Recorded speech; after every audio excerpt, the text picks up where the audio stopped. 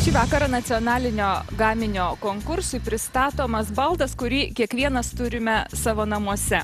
Bet bendrovė Padvaiskas ir Ko tikina, kad jie gamina ypatingą lovą, kuri yra elektroninė funkcinė lova.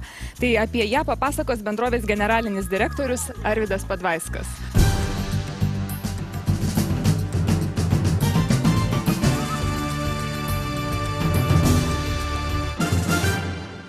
Labas vakaras, tai prašom, pristatykite savo ypatingą gaminį. Būtent tą ir padarysiu. Gal per garsiai buvo pasakyta, kad kiekvienas turi tokią būtent lovą, nes... Lova apskritai. Apskritai taip. Gal geriausia pademonstruoti, nes čia pasakoti, tai pavargsit visi.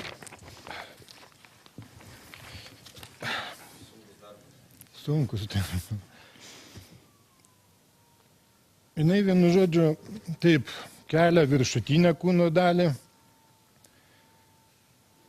Čia labai svarbu, kas problemų turi su stuburu. Taip pat ir iš karto abidvi kūno dalis ir koja ir šitą, sakysim, po darbo grįžtat labai pavargę kaip šunys ir norit, kad kojytės pailsėtų.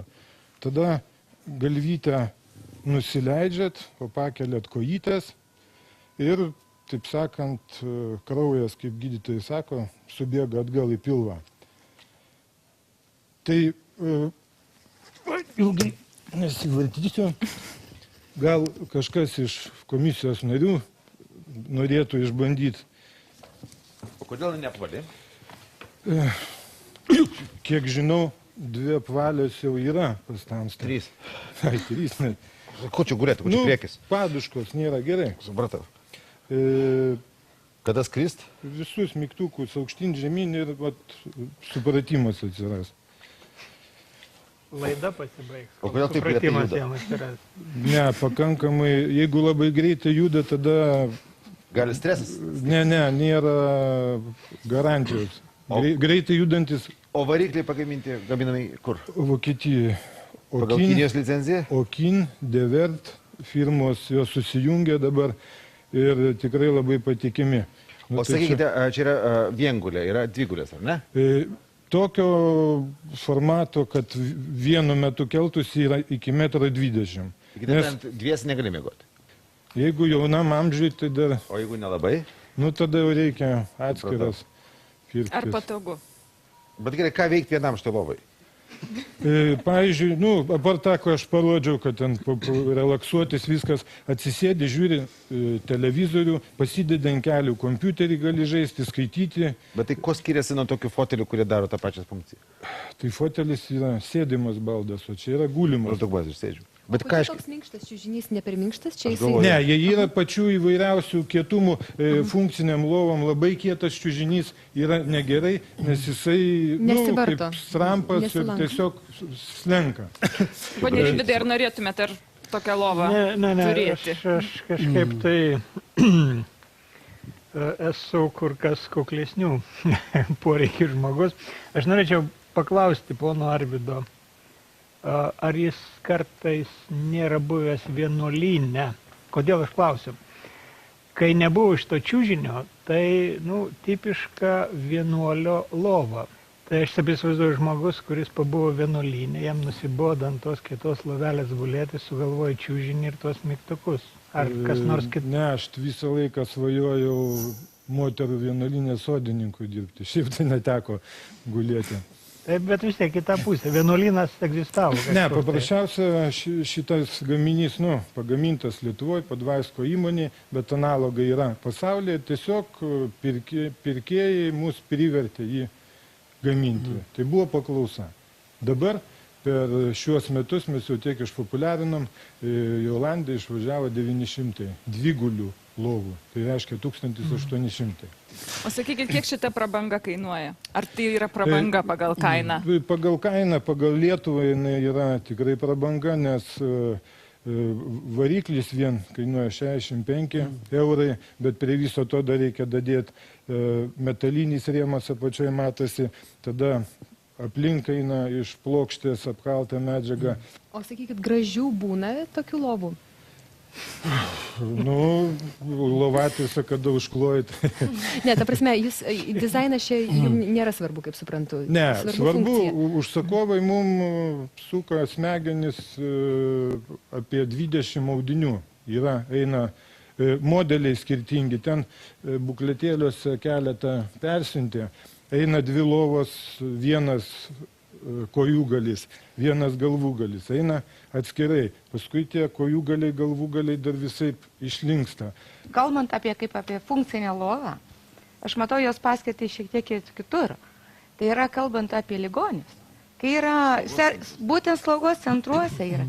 Tik tada tokiai lovai truktų dar 2 dalykų. Tai yra atramų iš abiejų pusių, kad yra galima pakelti ir nuleisti. Supratau, šitas lovas gamina šiek tiek kiti specializuojasi ir mes nelendam į tą rinką.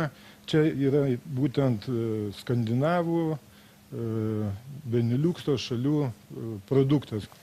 Mano komisija jau įtikinote šitos lovos privalumais, prašau sugrįžti čia, o kol komisija skaičiuos balus, kaip jie vertina šitą produktą, aš noriu priminti balsavimo taisyklės. Balsuojama, produktai vertinami pagal 2 kriterijus, pagal jo ekonominę vertę ir produkto išskirtinumą. Kiekvienas komisijos narys, kiekvienam produktui gali skirti daugiausiai po 20 balų. Gerai, tai tada pažiūrėsim, kaip įvertino jūsų produktą komisijos nariai. Prašau, Jogaila, pradėsim. Kodėl aš? Kadangi esu susipažinęs su jūsų produkcija, kaip sakant, arčiau negu marškinėliai prie kūno, tai ir kadangi jūsų paskutinis žodis buvo labai lemiamas ir norint kalbėti apie ekonominę vertę, apie tai, kad pinigai grįžta atgal į Lietuvą, jūs parduodate, kaip minėjote, nesveiką skaičių į Olandams, nesuprantu, kodėl jie perka, bet nepriklausomai jūs parduodate, tai tą intenciją norėčiau ekonominę vertę maksimum 20 balų įvertinti, kad važiuoja kažkas iš Lietuvos, o ne į Lietuvą. O dėl produktų išskirtinumo aš matau didesnį perspektyvą būtent tose ligoninėse, kur perka tos lovas, kurios yra Mercedes-Benz automobilių lygio. Kitaip tariant, kad jos yra 2, 3, 4 brangesnės, o tos funkcijos kilnotis pirmin atgal aukštyn žemyn yra lygiai tos pačios.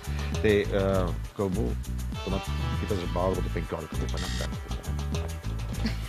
Pone Zita, kaip vertinate jūs? Taip, ir man norėtųsi labiau, kad būtų ir indėlio lietuviško daugiau, ir lietuviškumo eksportuojant. Todėl ekonominė vertė jau globalesniu mastu aš vertinu 16 balų, o produktų skirtinumą, jeigu jūs tikrai sugebėsite bent Lietuvos Amerikos klinikas ir kitur pagaminti produktus, tai dabar iš karto duodu 15 ir tikiuosi bus kur augti. Pone Rimvydai. Aš dabar pirmą kartą per šitų laidų filmavimą pagalvoju, jog trūksta vienos grafos įvertinimo. Jeigu būtų grafa, kuri registruotų komisijos narių vertinimus, kaip jie vertina gamintojo humoro jausmą ir gyvybingumą, tai galėčiau ir 40, ir 50 rašyti. Šitas žmogus išgyveno ir surado lovą, kurie padeda išgyventi. Bet kadangi čia reikia įsprausti tą prokrusto lovą, kuri mums duota, tai, ką žinau, 16 ir 18. Ačiū. Po 15 tiek ekonominė, tiek produktų skirtumas. Po 15. Livija? Aš tai ekonominė vertė šiame langelėje parašiau 19, bet tik todėl, kad, čia turbūt labai vis tiek tokia nišinė prekė, sakyčiau, ir kiekvienam žmogui beprotiškai reikalinga, kad būtų, tai nepasakyčiau. Bet šiaip daiktas iš tikrųjų labai, labai geras turbūt yra.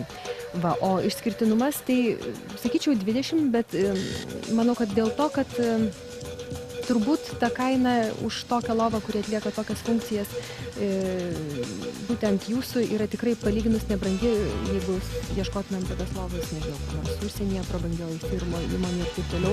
Taip kad manau, kad čia kaip lietuviškas produktas daug daro dalykų, visaip kaip moka išsilenkti tas čiužinys, tai žodžiu, manau, kad jis yra tikrai išskirtinis ir geras. Susumavus komisijos balus, ekonominė vertė įvertinta 86 balais, o produkto išskirtinumas 83 balais.